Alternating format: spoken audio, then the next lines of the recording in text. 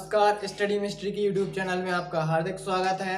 जैसे कि पिछले वीडियो में बताया गया था कि प्रजनन के जो दो प्रकार हैं, लैंगिक जनन और अलैंगिक जनन। तो पिछले वीडियो में हमने लैंगिक जनन के बारे में और अलैंगिक जनन की जो डेफिनेशन है इसके बारे में हम जान चुके थे। अब हम इस वीडियो में जानेंगे कि अलैंगिक जनन किस प्रकार का होता है। आइए थोड़ा सा हम रिवाइज कर लेते हैं कि हमने क्या क्या पढ़ चुके हैं।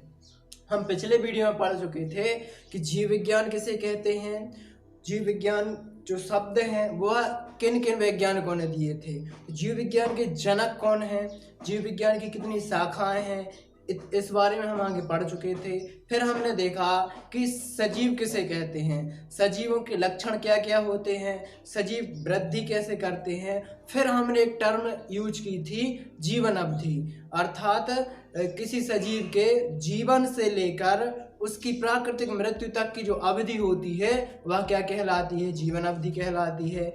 इसके बाद में जो पीढ़ी दर पीढ़ी उनकी निरंतर वंशागति बढ़ती जाती थी वह प्रक्रिया कौन सी है, तो वह प्रक्रिया बताई गई थी प्रजनन। और प्रजनन बताया गया था दो प्रकार का, लैंगिक जनन और अलैंगिक जनन। अब लैंगिक जनन और अलैंगिक जनन में हम अंतर देख चुके थे। अब हमें आगे जानना है कि जो अलैंगिक जनन है वह अलैंगिक जनन कितने प्रकार का होता है। तो आइए जानते हैं इस वीडियो में। हमारे जो पहला वीडियो है, यदि आपने नहीं देखा है तो पहला वीडियो जरूर देख लीजिएगा, फिर उसके बाद में यह वीडियो देखिएगा। आइए देखते हैं। अलैंगिक जनन होता है 6 प्रकार का। कौन कौन से प्रकार हैं? हमारी एनसीईआरटी की बुक में 6 प्रकार से अलैंगिक जनन दिया गया है। आइए देखते हैं। पहला है विखंडन, मुकुलन, विखंडी जनन, पुनरुद्भवन, बीजाणु जनन और कायिक परिवर्तन। एक एक करके हम इनकी डेफिनेशन और इनके उदाहरणों के बारे में जानने की कोशिश करेंगे। सबसे पहला है विखंडन। इस प्रक्रिया में क्या होता है, जो जीव शरीर होता है, जीव शरीर कितने भागों में बढ़ जाता है? 2 भागों में बढ़ जाता है। किस प्रकार से बढ़ जाएगा? देखिए, ये जो जीव शरीर है, कोई भी कोशिका है, वह कितने भागों में बढ़ जाएगी? 2 भागों में बढ़ जाएगी और कुछ इस प्रकार से हो जाएगी। इस प्रक्रिया को क्या बोला जाता है? विखंडन बोला जाता है। मतलब अपनी जो जीव कोशिका होती है वह कितने भागों में बढ़ जाती है? 2 भागों में बढ़ जाती है। विखंडन में होता क्या है? विखंडन 2 प्रकार का होता है।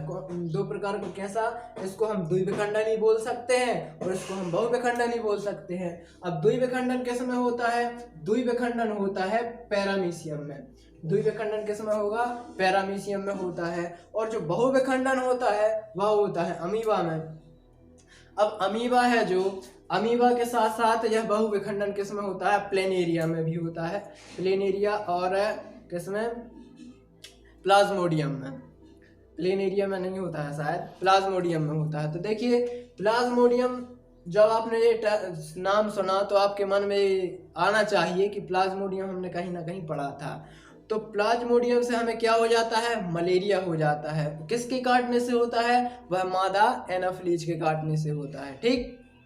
तो इतनी बातें हमें याद रहनी चाहिए कि प्लाज्मोडियम और अमीबा में क्या होता है? बहुविखंडन होता है। और पैरामीशियम में क्या होता है? पैरामीशियम में द्विविखंडन होता है। आई होप कि आपको समझ में आ गया होगा। इस विखंडन में क्या होता है? सिर्फ यही होता है कि एक कोशिका है वह 2 भागों में बढ़ जाती है धीरे धीरे करके। यह क्रिया क्या कहलाती है? विखंडन कहलाती है। एक जीव का जो शरीर है वह 2 भागों में, 2 बराबर भागों में बढ़ जाता है और उसका जो स्वरूप रहता है वह अपने जनक कोशिका के समान रहता है। अलैंगिक जनन में हम जान चुके हैं कि जितनी भी कोशिकाएं बनती हैं, इनमें जितने भी संतति बनेंगी वह अपने जनक के बिल्कुल हूबहू रहेंगे, क्योंकि अलैंगिक जनन में जो संतति उत्पन्न होती है उसे हम क्या कहते हैं? क्लोन। क्या बोलेंगे? क्लोन। क्लोन क्यों कहा गया? क्योंकि ये जो संतति उत्पन्न होती हैं वह संतति क्या बिल्कुल अपने जो जनक होते हैं उनके जनक के बिल्कुल समान होती हैं, उनमें कोई भी अंतर नहीं पाया जाता। इस प्रकार से क्लोन को, मतलब इस प्रकार से अलैंगिक जनन में जो संततियां उत्पन्न होती हैं उन्हें क्लोन भी बोला जाता है। अब हम आगे चलते हैं। मुकुलन किसे कहते हैं? तो अलैंगिक जनन का कौन सा दूसरा प्रकार आ जाता है मुकुलन। इसमें क्या होता है, जो जीव शरीर होता है तो उस जीव शरीर में एक कलिका का निर्माण होता है। उस जीव शरीर में क्या हो जाएगा, एक कलिका का निर्माण हो जाएगा। चलिए तो हम बनाते हैं थोड़ी देर। ये हो गया जीव शरीर। अब इस जीव शरीर में क्या हो जाएगा, एक कलिका का क्या हो गया, निर्माण हो गया। कलिका का निर्माण होने के बाद में यह कलिका धीरे धीरे वृद्धि करेगी, वृद्धि करेगी और वृद्धि करेगी, वृद्धि करती जाएगी। जब तक ये परिपक्व नहीं हो जाएगी तब तक वृद्धि करेगी। तो यह जीव शरीर को नहीं छोड़ेगी, अपने जनक को तब तक नहीं छोड़ेगी जब तक ये परिपक्व नहीं हो जाएगी। धीरे धीरे जब यह कलिका क्या हो जाती है, परिपक्व हो जाती है, तो यह अपने जनक से क्या हो जाती है, अलग हो जाती है, यहाँ से अलग हो जाती है। अलग हो जाने के बाद में क्या होता है, इसको भी इसी के जैसा जीव मान लिया जाता है। तो इस प्रकार से इसमें मुकुलन हो जाता है कि अपने किसी भी जीव शरीर में क्या होता है, सबसे पहले कलिका उत्पन्न होती है। उस कलिका को नाम दिया जाता है मुकुल। उस कलिका को मुकुल नाम दिया जाता है। अब यह कलिका धीरे धीरे बढ़ने लगती है, बढ़ती है और तब तक अलग नहीं होती है अपने जनक से जब तक कि वह परिपक्व न हो जाए। धीरे धीरे बढ़ने के बाद में यह क्या हो जाती है, अलग हो जाती है और अलग हो जाने के बाद में संतति के रूप में परिवर्तित हो जाती है। यह प्रक्रिया क्या कहलाती है, मुकुलन कहलाती है।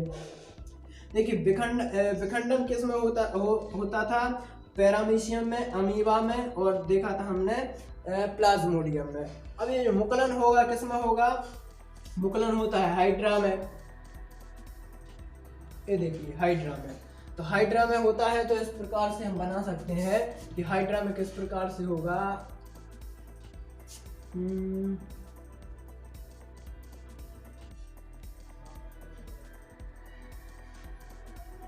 ये मान लीजिए हाइड्रा है, तो हाइड्रा में यहाँ से मुकुल स्टार्ट हुआ, मुकुलन की शुरुआत हुई।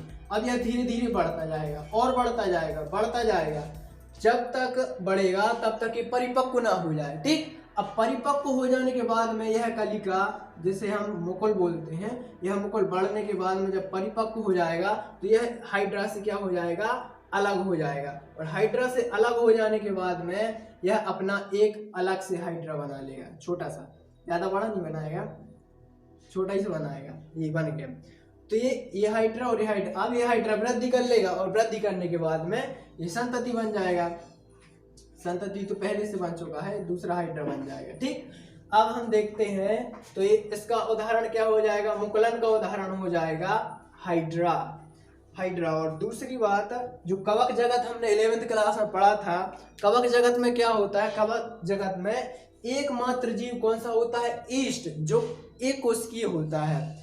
एक कोशिकीय ईस्ट में भी क्या होता है, मुकुलन होता है। कवक जगत का एकमात्र जीव, नोट कर लीजिएगा, कवक जगत का एकमात्र जीव है जिसमें क्या होता है, मुकुलन होता है, और वह जीव कौन सा है, ईस्ट। अब हम आगे चलते हैं, विखंडी जनन किसे कहते हैं। तो भाई आपके मन में क्वेश्चन तो जरूर उठना चाहिए कि विखंडन और विखंडी जनन में अंतर क्या है, सबसे पहले तो ये बताइए। तो विखंडन और विखंडी जनन में अंतर ये है, मुख्य अंतर यही है कि विखंडन होता है एक कोशिकीय जीवों में और विखंडी जनन होता है बहुकोशिकीय जीवों में। सबसे पहला अंतर तो यही है कि विखंडी जनन किस में होता है, बहुकोशिकीय जीवों में होता है, और जो विखंडन होता है यह होता है एक कोशिकीय जीवों में। अब देखिए विखंडन कैसे होगा, विखंडन की प्रक्रिया जो होती है उसमें विखंडन में क्या होगा, आपके मन में ये भी तो क्वेश्चन उठ सकता है कि विखंडन में क्या होगा। तो विखंडी जनन को पढ़ने के लिए हमने 11वीं क्लास में तो अपने एक टर्म जरूर पढ़ा होगा 11वीं क्लास में, थैलोफाइटा। तो थैलोफाइटा को कितने भागों, थैलोफाइटा किसके अंतर्गत, मतलब शैवालों का अध्ययन किया जाता है थैलोफाइटा के अंतर्गत। ठीक, तो शैवालें कितने प्रकार की पढ़ी थी हमने, तो शैवालें पढ़ी थी हमने 3 प्रकार की।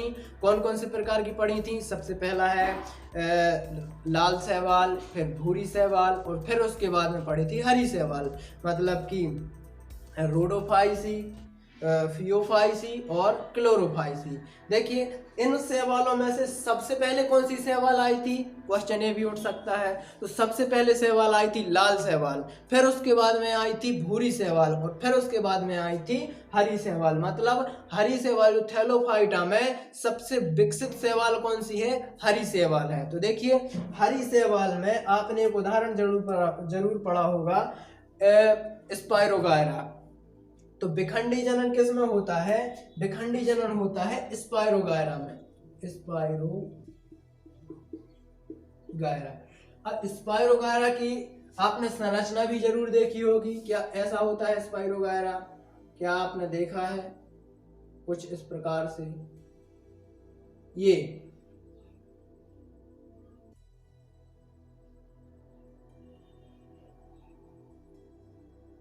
कुछ इस प्रकार से स्पायरोगायरा होता है। ठीक, तो स्पायरोगायरा में जब विखंडन होता है, विखंडन जनन होता है, विखंडी जनन होता है, तो इस प्रक्रिया में क्या होता है, स्पायरोगायरा में विखंडी जनन कब होता है, स्पायरोगायरा में विखंडी जनन तब होता है जब यह पूरी तरह से परिपक्व हो जाता है। और जब यह परिपक्व हो जाता है तो इसके अलग अलग भाग हो जाते हैं, यहां से अलग कर देते हैं। ये देखिए इसके 1 2 3 4 भाग बन चुके हैं स्पायरोगायरा के, एक स्पायरोगायरा के 4 भाग बन चुके हैं। तो ये जो एक भाग है, ये दूसरा है, तीसरा, चौथा, ये सभी भाग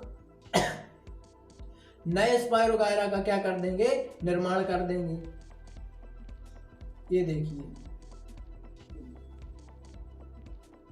कुछ इस प्रकार से। तो ये 4 भाग अलग हो गए। अब यह 4 भाग हैं जो नए स्पायरोगायरा के जो पूरा शरीर है उस पूरे शरीर का क्या कर देंगे, निर्माण कर देंगे। तो यही प्रक्रिया क्या कहलाती है, विखंडी जनन कहलाती है। ठीक, विखंडी जनन में क्या होता है कि जो एक जीव शरीर होता है उसके एक छोटे से भाग से जब वह क्या हो जाता है, परिपक्व हो जाता है। एक बात याद रखना, क्या है, पुनरुद्भवन में भी कुछ इसी प्रकार से प्रक्रिया होती है, लेकिन इसमें परिपक्वता और अपरिपक्वता से कोई मतलब नहीं रहता है। लेकिन विखंडी जनन में क्या होता है, विखंडी जनन में हमें परिपक्वता चाहिए, जब परिपक्व होगा तभी यह प्रक्रिया होगी, वरना नहीं होगी। ठीक है, आपके पूरे डाउट भी क्लियर करते जा रहा हूँ धीरे धीरे करके। तो विखंडी जनन में क्या होता है, जब कोई जीव शरीर परिपक्व हो जाता है और परिपक्व होने के बाद में वह क्या करता है, वह अपने छोटे छोटे टुकड़ों में टूट जाता है और यही छोटे छोटे टुकड़े उसके पूरे जीव शरीर का क्या कर देते हैं, निर्माण कर देते हैं। ठीक, तो बना देते हैं। फिर इस एक छोटे से टुकड़े से पूरा स्पायरोगायरा बना देते हैं, क्योंकि इसने क्या कर लिया है, विखंडन कर लिया है, विखंडन नहीं विखंडी जनन कर लिया है। ये हो गया पूरा स्पायरोगायरा। ठीक, तो इस प्रकार से विखंडी जनन की प्रक्रिया से स्पायरोगायरा का जो एक छोटा सा टुकड़ा है, यह छोटा सा टुकड़ा पूरे स्पायरोगायरा के शरीर में परिवर्तित हो जाता है। ठीक, आई होप कि आपको बिल्कुल समझ में आ गया होगा। यदि कोई डाउट है कमेंट सेक्शन में लिख दीजिएगा, आपके डाउट क्लियर कर दिए जाएंगे। चलिए, विखंडी जनन के बाद में अब हम देखते हैं कि पुनरुद्भवन किसे कहते हैं। तो पुनरुद्भवन के लिए एक सरल सी डेफिनेशन है, जब किसी जीव शरीर के कटे हुए भाग से एक पूरे जीव शरीर का निर्माण होता है, या जो कटा हुआ भाग होता है वह अपनी पुनः अवस्था में आ जाता है अपने जीव शरीर के द्वारा। तो यह प्रक्रिया क्या कहलाती है, पुनरुद्भवन कहलाती है। जैसे कि हमारा ये अंगूठा है, ये अब ये कट गया, अलग हो गया। ठीक, और इस कटे हुए अंगूठे के वापस फिर से अंगूठा आ जाता है, यह क्रिया क्या कहलाती है, पुनरुद्भवन कहलाती है। ठीक, तो अब हम देखते हैं कि पुनरुद्भवन में क्या क्या होता है। अब जैसे छिपकली है, तो छिपकली की जो पूंछ है उसमें पुनरुद्भवन पाया जाता है। तो क्या छिपकली की पूंछ से हम पूरे जीव शरीर का निर्माण कर सकते हैं, नहीं कर सकते। उसमें कौन सा पुनरुद्भवन पाया जाता है कि जो कटा हुआ भाग है वह वापस आ जाता है, छिपकली की पूंछ वापस आ जाती है। लेकिन अमीबा हुआ, हाइड्रा हुआ और प्लेनेरिया हुआ, इनमें क्या होता है, इनमें अत्यधिक पुनरुद्भवन की क्षमता पाई जाती है। जैसे प्रकृति में ऐसा कौन सा जीव है, एक छोटा सा क्वेश्चन है, प्रकृति में ऐसा कौन सा जीव है जिसमें अत्यधिक पुनरुद्भवन की क्षमता पाई जाती है? वह किसमें पाई जाती है? प्लेन एरिया में। याद रखिएगा, प्लेन एरिया में सबसे ज्यादा पुनरुद्भवन की क्षमता पाई जाती है। और मानव शरीर में ऐसा कौन सा अंग है जिसमें पुनरुद्भवन की क्षमता सबसे ज्यादा पाई जाती है? तो वह शरीर का जो अंग है वह है यकृत। यकृत हमारे शरीर की सबसे बड़ी ग्रंथि भी है, अंतःस्रावी ग्रंथि सबसे बड़ी ग्रंथि है। अब हम आगे जानने की कोशिश करते हैं कि जो पुनरुद्भवन है, अब पुनरुद्भवन को तो हम जान ही चुके हैं, अब आगे जानेंगे कि बीजाणु जनन किसे कहते हैं। ठीक, बीजाणु जनन। आइए अब हम पुनरुद्भवन के बाद में क्या पढ़ने वाले हैं? बीजाणु जनन। तो बीजाणु, आइए अब हम पुनरुद्भवन के बाद में क्या पढ़ने वाले हैं? बीजाणु जनन पढ़ने वाले हैं, अर्थात स्पोरोजेनेसिस। तो स्पोरोजेनेसिस की प्रक्रिया में क्या होता है, किसी जीव शरीर में एक विशेष प्रकार की कोशिकाओं का निर्माण होता है। इन कोशिकाओं को नाम दिया गया क्या? बीजाणु। और बीजाणुओं के बनने की प्रक्रिया क्या कहलाई गई? बीजाणु जनन या स्पोरोजेनेसिस कहलाई गई।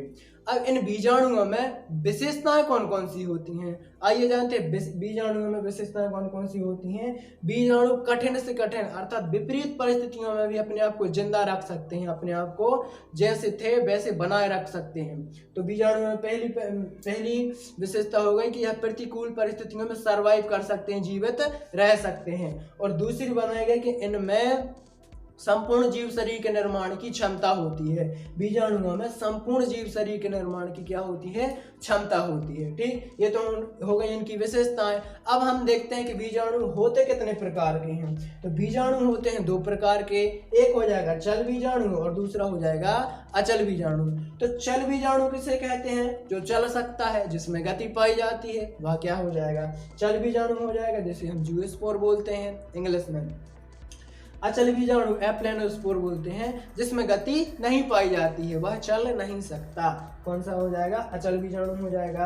अब इनके हम उदाहरण देख लेते हैं। चलिए चल बीजाणु का उदाहरण देखते हैं। ये हो जाएगा अपना क्लेमाइडोमोनास।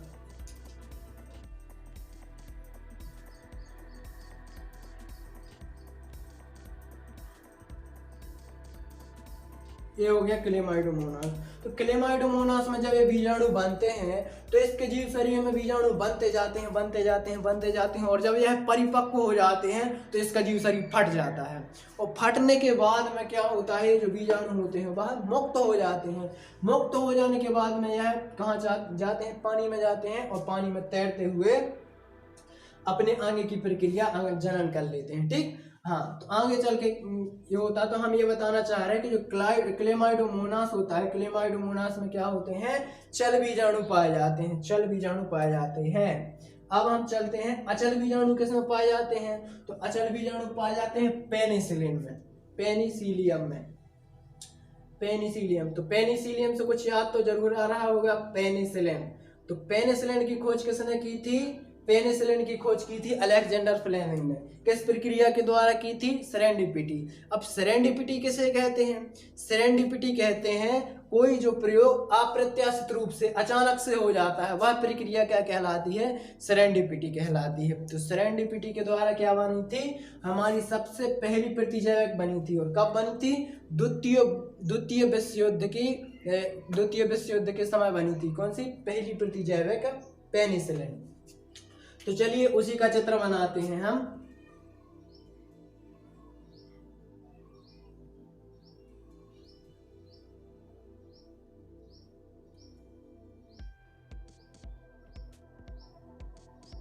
ये हो जाएगा पेनिसिलिन। आपकी एनसीईआरटी बुक में जरूर दिया होगा ये डायग्राम। तो ये हो जाएंगे पेनिसिलिन, ये हो जाएंगे अचल बीजाणु। ठीक, इनमें कोई फ्लैजिला नहीं पाया जाता है। तो पेनिसिलियम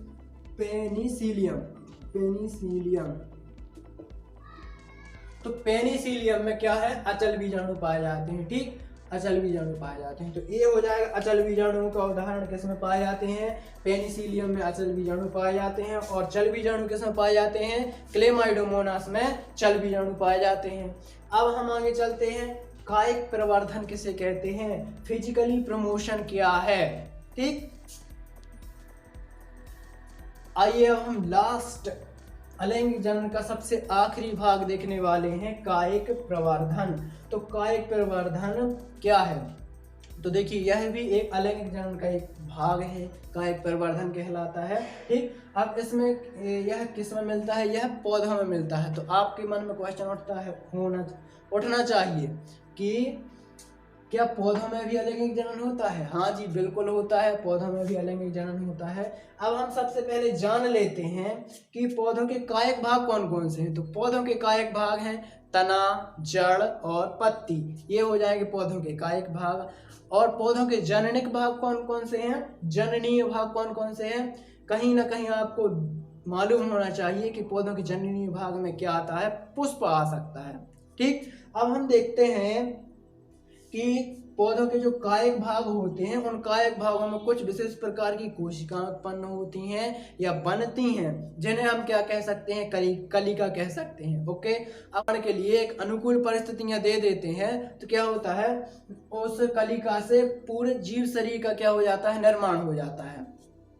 तो यही प्रक्रिया कायिक प्रवर्धन कहलाती है। इसके उदाहरण हो जाते हैं आलू। आलू की आंख आपने जरूर देखी होगी, जिसे हम आंख बोलते हैं, वह एक प्रकार की कलिका है या अपस्थानिक कलिका कहलाती है। उसमें क्या होता है, यदि उसको हम अनुकूल परिस्थितियां दे देते हैं तो उससे संपूर्ण जीव शरीर अर्थात पादप का निर्माण हो जाता है। दूसरा उदाहरण है इसका ब्रायोफिलम की पत्ती।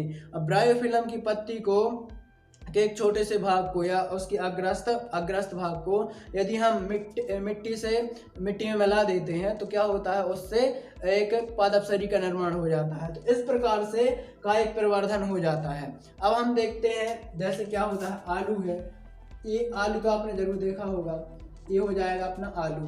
अब इसमें क्या होता है, कुछ कलिकाएं उत्पन्न होती हैं, ये हो गई कलिकाएं। अब इनको हम काट के, ये हो गया आलू का भाग, और ये अब इसको हम क्या देते हैं, अनुकूल परिस्थितियां देते हैं, तो इसमें से क्या हो जाएगा, इसमें से पौधे का निर्माण हो जाता है कुछ इस प्रकार से।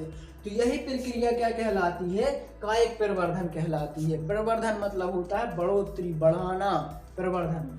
ठीक, तो इस प्रकार से हमने प्रजनन के, अलैंगिक जनन के 6 भाग सफलतापूर्वक पढ़ लिए हैं। अब हम आगे जानने की कोशिश करेंगे कि लैंगिक जनन को विस्तार पूर्वक पढ़ेंगे हम आगे की वीडियो में। और जब तक इस वीडियो में 100 व्यूज नहीं होंगे तब तक हम अगली वीडियो अपलोड नहीं करेंगे। इसलिए जरूर कोशिश कीजिएगा कि जल्दी से जल्दी 100 व्यू हो जाए इस वीडियो के अंदर।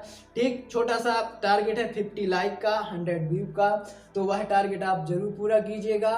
और यदि आपने पिछली वीडियो नहीं देखी है तो पिछली वीडियो भी देख लीजिएगा। और क्रम से आती रहेंगे ये वीडियो, बस वीडियो का टारगेट पूरा होना चाहिए। जल्द से जल्द टारगेट पूरा हो जाएगा। जल्द से जल्द आप लोगों के साथ दूसरी वीडियो हम इसी प्रकार से लेकर आएंगे, बहुत अच्छे तरीके से समझाएंगे, बाकायदा चित्र के साथ। और इसी प्रकार की वीडियो आती रहेंगी। तो हमारे चैनल को अब सब्सक्राइब कर लीजिएगा, लाइक, कमेंट और शेयर जरूर कीजिएगा। कोई भी समस्या हो कमेंट बॉक्स में लिख दीजिएगा, आपकी समस्या का समाधान किया जाएगा। ठीक, धन्यवाद।